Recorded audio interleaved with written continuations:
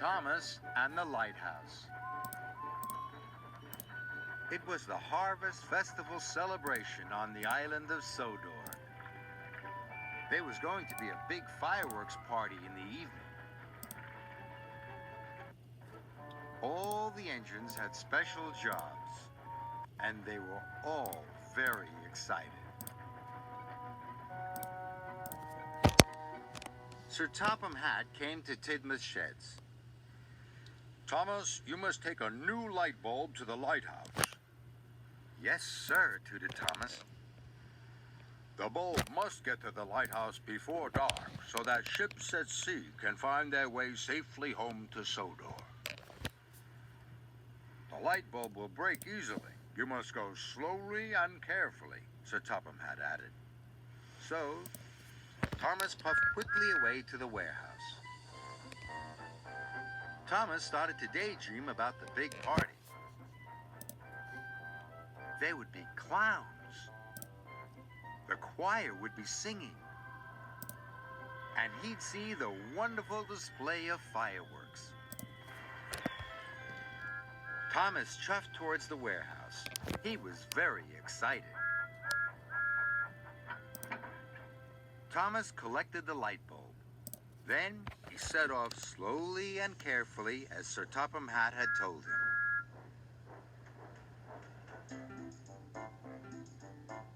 Thomas slowed down at every bend.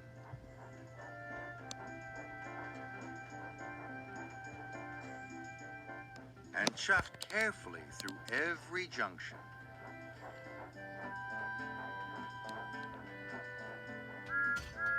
Thomas stopped at a signal. Emily was there. She was pulling the carousel. She was very excited. "The fireworks are going to start when it gets dark," she cried. Thomas wanted to be back in time to see the fireworks. But the lighthouse was on the far side of the island. It was a long way, and it would take a long time to get there. Then, an idea flew into Thomas's funnel. "I'm sure the light bulb wouldn't break if I went just a little faster," he chuffed. And so, Thomas speeded up, just a little. Thomas puffed along. He saw James at the water tower. James had wagons and wagons and wagons of fireworks. "This is going to be the biggest firework party ever," James whistled happily.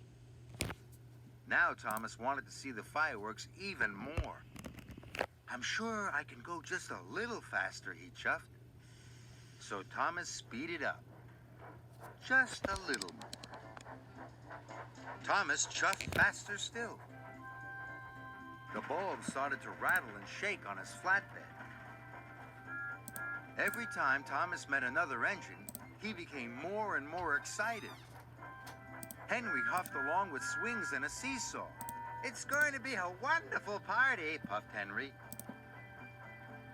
Thomas went a little faster.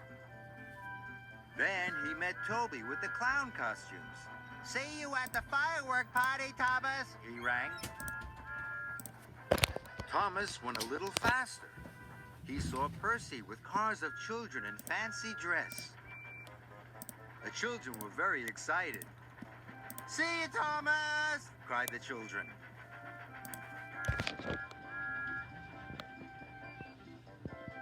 Now Thomas wanted to be back for the fireworks party more than ever. Before Thomas knew it, he was puffing very fast. Then there was trouble. Harvey was replacing some tracks. Workmen had put a barrier across the track to warn the engines, but Thomas was now going too fast to stop safely. He bashed into the barrier, and the light bulb broke. "Cinders and ashes," cried Thomas. "The lighthouse will not have its light, and the ships won't be safe at sea." Thomas puffed quickly back to the warehouse to collect a new light bulb.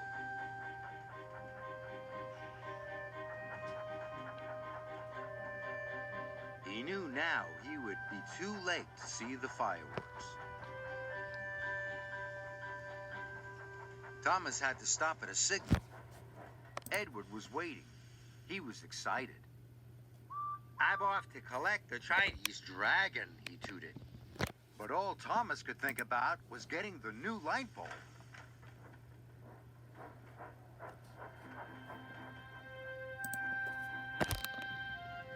With the new light bulb safely on board, Thomas set off slowly and carefully.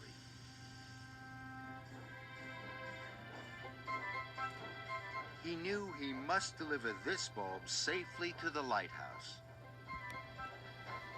So when Toby passed with the choir practicing their songs,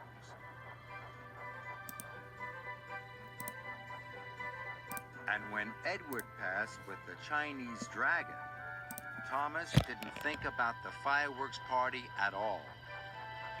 Not once. Thomas arrived at the lighthouse just in time.